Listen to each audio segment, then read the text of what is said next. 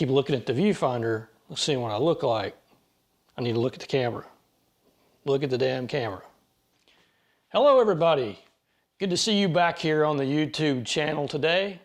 Today we're gonna make homemade salsa for you. Now, this salsa recipe, I've been told by one person who ate it recently, said it was the best salsa he's ever had. Who am I to judge? I don't know. It is good. The reason we're making it this time of year, first of all, is I've got fresh jalapenos from the garden, so I can't wait to try those. Also, there's a thing about this salsa that I'll elaborate a bit later, but it has something in common with Nick Saban and me. I'll share that later. You're asking yourself, what the hell does salsa and Nick Saban have to do? I'll tell you. Secondly, this Franklin's barbecue t-shirt that I'm wearing, I was not paid or suggested to wear this. I just wore it because I wanted to. In any event, let's roll the intro.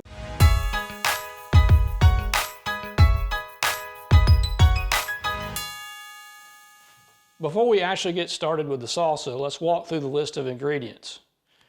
We're going to use one 28-ounce can of tomatoes. These are San Marzanos. We're going to use 1 can of roasted, fire-roasted tomatoes, that is. 1 can of Rotel. Half a cup of white vinegar.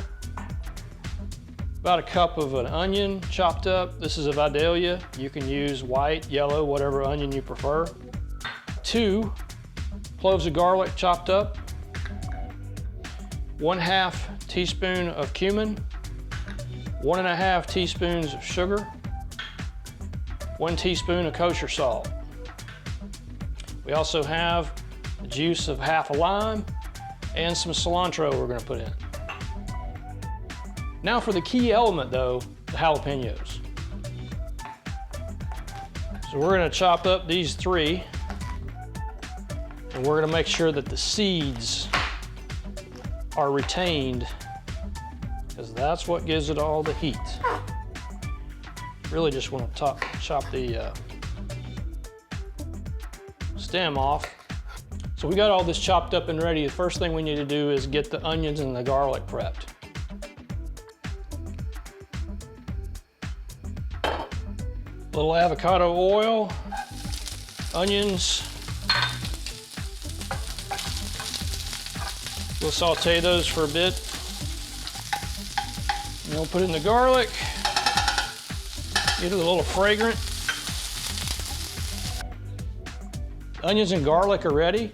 So the next thing we're gonna do is go to the Vitamix and blend all this up. So let's go. I've already put the tomatoes and the Rotel in the Vitamix to avoid spilling it all over the place. So the next thing we're gonna do is throw in everything else before we start mixing. So we're just throwing the onions and the garlic and the sugar and the salt and the cumin, put it all in there. The vinegar. Squeeze the lime juice in. Now I do need to pause for a minute to explain something that I talked about earlier. What the heck did Nick Saban have to do with salsa? Well, I eat a lot of salsa in this house because I have the same lunch every single day. I have a turkey roll-up, chips and salsa. Nick Saban believes, just like I do, you eat the same lunch every day, it eliminates you having to make decisions, saves you time, makes you more efficient. I did that long before he did. I'm obviously not a Nick Saban fan, being a Georgia fan, but that's one thing I absolutely agree with him on.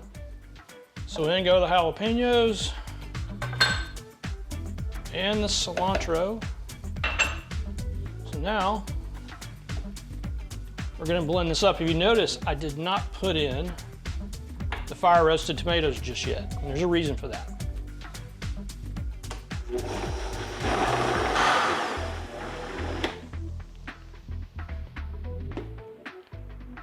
Now that that is blended up really well, I'm gonna put in the fire roasted tomatoes, and the only reason I did it last is just in case you want the salsa to be a tad chunky, you can avoid doing a lot of blending on this. Sometimes I like it blended up, sometimes I don't. Today we're gonna blend it up.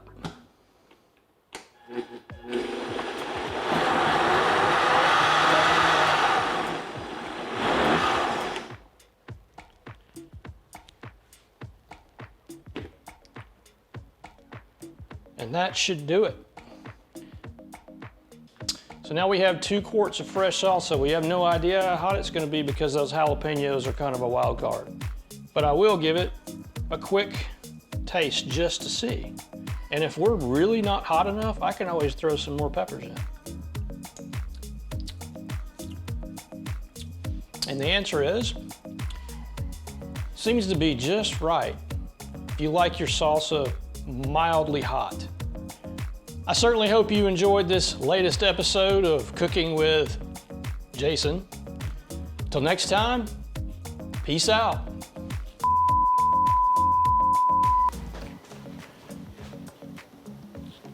Did it find me? I sure hope to hell it did. I have to do that shit all over again because I forgot the damn onions.